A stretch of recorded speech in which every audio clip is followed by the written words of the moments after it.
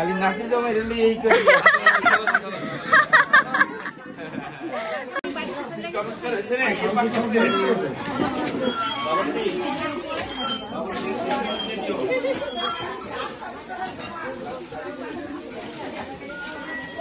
নানু হাত দিছে নানু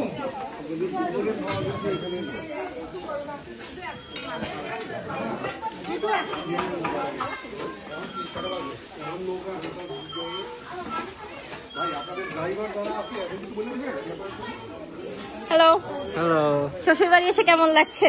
সুপার অসাম আমি গেলে ভ্যানেই ছিল আসি আম্মু।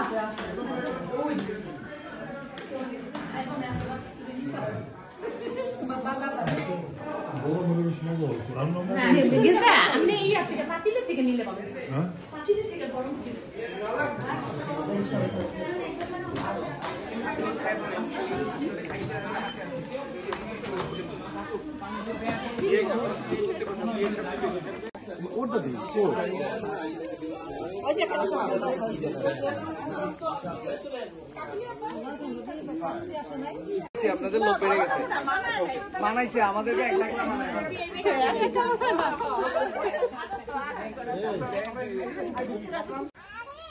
আসেন না সিঙ্গেল ছাত্র তুমি ছাত্র হতে পারো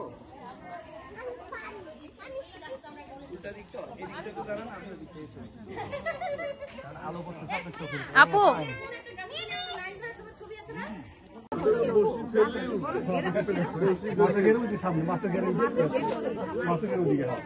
দুই দিন যাবত খাটতেছে ওইটার পিছনে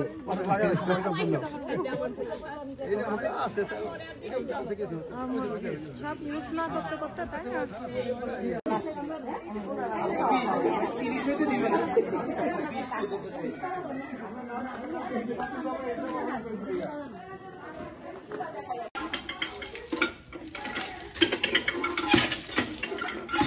শাবাশ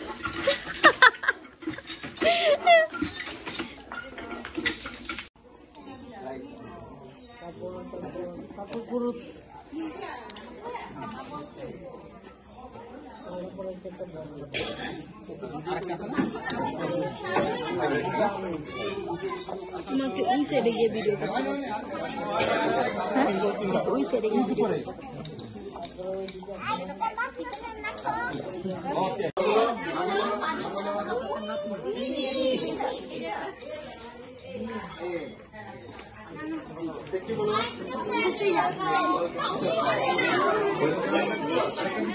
ঠিক আছে তোমাকে আবার পরে টাকা হবে তারপরে কি আছে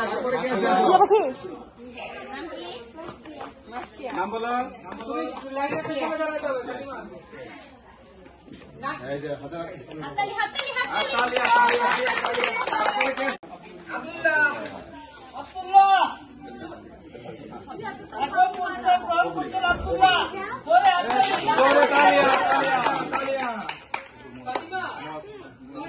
তারপরে মুয়াজ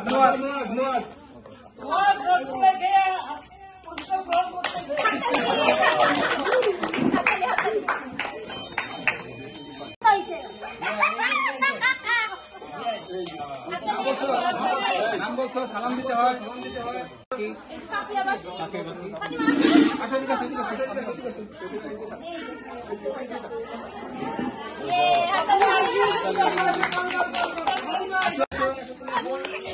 নাম বলো নাম বলো ওকে গুড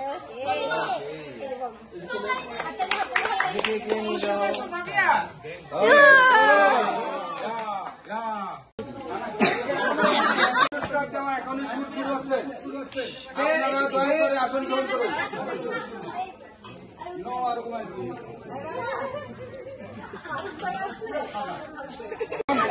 এখন দেওয়া হবে বেস্ট কাপল পুরস্কার তো এখানে কথা শোনা যায়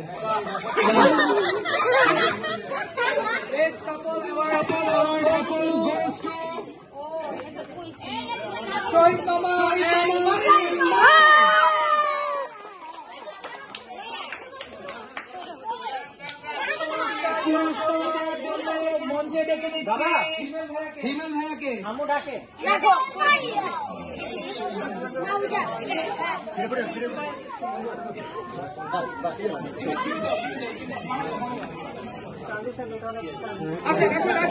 আসেন তাড়াতাড়ি মঞ্চে আসেন। এই বাচ্চারা তোমরা কত না না পুরস্কার গ্রহণ করছে বেস্ট কাপল অ্যাওয়ার্ড উইনার স্বামী।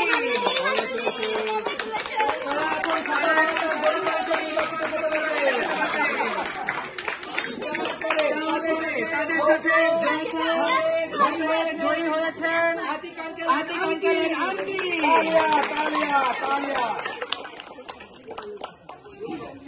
যারা যারা আপনারা স্টেজে চলে আসবেন এবং আপনাদের সাদা ভাত এবং গরু মাংস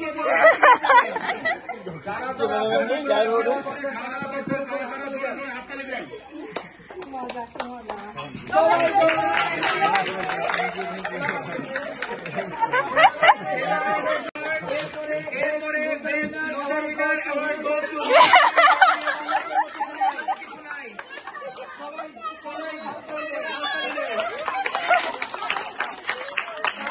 তাদের বেস্ট কাপল অ্যাওয়ার্ড তো পাই নাই, বরঞ্চ সবগুলো ভুল করছে। না বলার জন্য তোমাকে এটা বুঝতে দেওয়া হচ্ছিল, যদি না বলতাম। আমরা সংসারে শান্তি চাই না, অশান্তি চাই।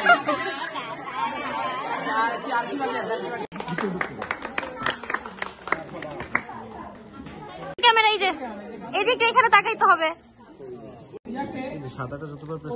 ও শিওর। তাদের স্মারকটা গ্রহণ করার জন্য একজনের জন্য চলে আসেন। মামা মামা আপনি নেন।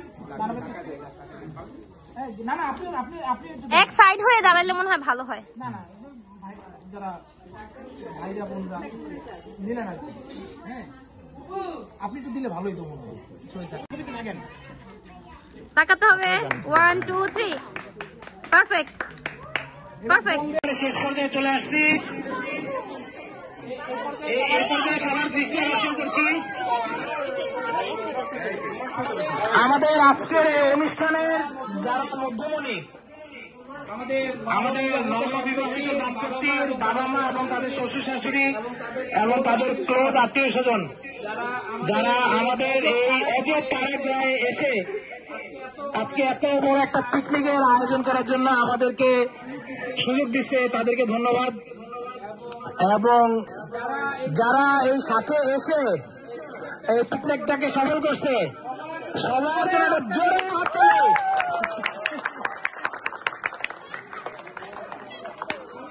আমি যেহেতু একটু মাইক পাইছি, বাঙালি মাইক পাইলে একটু কথা বলে। আমি যারা আজকে একেবারে নবাগত অতিথি আমাদের এই বাড়িতে আজকে প্রথম এসেছে তাদের জন্য এই বাড়ির ছোট্ট একটু ইতিহাস বলতে চাই। এই বাড়ি আসলে বাড়ি না, আমি নাতি, আমার নানা ভাই এখানে বসে আছে শামসুদ্দিন আহমেদ খান, আপনারা সবাই পরিচিত হয়েছে আশা করি। উনি এই গ্রামে খুব নাম করা একজন মানুষ এবং সৎ মানুষ। তার সুনাম আছে, তার 4 ভাইয়ের মধ্যে উনি বড় ছিলেন এবং তার ছোট ভাই এখানে উপস্থিত আছেন গিয়াসউদ্দিন আহমেদ খান। তারা ছোটবেলা থেকেই যতটুকু মানে টাকা পেত বা চাকরির পরে যতটুকু তাদের সঞ্চয় থাকতো এই সঞ্চয় দিয়ে সবসময় বই কিনতো।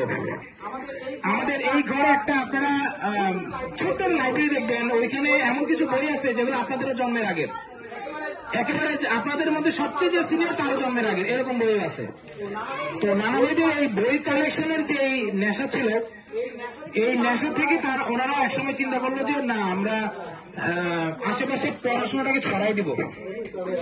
সেই উদ্যোগ থেকে এখানে খান হাউস ফাউন্ডেশন তৈরি করা হয়েছিল।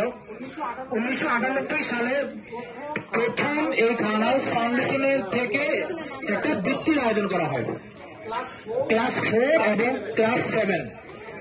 হ্যাঁ, এটার ওই সময় চিন্তাটা ছিল এরকম যে আপনার সরকারি ভাবে কিন্তু ক্লাস 5 এবং ক্লাস 8 একটা বৃত্তি দেওয়া হতো। তো আমাদের প্ল্যান ছিল এরকম যে ওই বৃত্তির আগে যদি আমরা ক্লাস 4 এবং 7 একটা বৃত্তি দিই তাহলে শরীর থেকে ছেলেপেলে একটু প্রিপেয়ার্ড হতে পারবে, নিজেদেরকে প্রিপারেশন নিতে পারবে। ওই চিন্তা থেকে ওরা বৃত্তিটা চালু করলো এবং শরীয়তপুরে যত স্কুল আছে সব স্কুলকে দাওয়াত দেওয়া হতো, আপনারা সর্বোচ্চ 3 থেকে 5 জন স্টুডেন্ট পাঠাতে পারবেন। তো ওই পরীক্ষার সব কোশ্চেন করতো এই খানবাড়ির লোকেরাই, খাতা করতো খানবাড়ির লোকেরা, আমরা নিজেরা গার্ড দিতাম। তো যার ফলে এখানে পরীক্ষার কোশ্চেন ফাঁস হওয়া বা স্বজনপ্রীতির কোনো ইস্যু ছিল না। এবং এই পরীক্ষা ভিত্তির একটা বড় শর্ত ছিল, যদি খানবাড়ি ফাউন্ডেশনে কোন ছেলে বা ছেলের নাতিপুতি যদি পরীক্ষা দেয়, সে কৃতকার্য হলে তার ভিত্তিতে হবে না। এটা একটা শর্ত ছিল। মানে এখানে কিন্তু আমাদের সবাই পরীক্ষা দিচ্ছে, এখানে যাদেরকে দেখতেছেন সবাই পরীক্ষা দিচ্ছে, ওরা 500 করতে কিন্তু ওরা পুরস্কার পায় না, ওদেরকে জিজ্ঞেস করে পুরস্কার দেখাতে পারবে না। তো আমাদের এইটা অত্যন্ত ভাবে পরিশ্রম করে আসলে চালানো লাগছে, কারণ এই এত বছরের মধ্যে আমরা প্রত্যেক বছর ডিসেম্বরে এক হতাম। ভাইরা বিভিন্ন জায়গায় দাওয়াত পাঠানো, কোশ্চেন করা, পরীক্ষার আয়োজন করা কঠিন কাজ। আর তারপরে আমাদের খাতা কেটে আমরা মার্চ মাসের বৃত্তিটার রেজাল্ট দিতাম। তো ফেব্রুয়ারি করোনার সময় আমাদের যখন সব বন্ধ হয়ে গেল, এই সময় আমার বৃত্তিটা বন্ধ করেছিলাম। করোনার পর আমার নানারা করোনাতে আক্রান্ত হয়েছিল, আমার 2 নানাই করোনাতে খুব অসুস্থ হয়ে গিয়েছিলেন। তো তখন তারা শারীরিকভাবে আসলে এটা চালিয়ে যেতে পারেননি।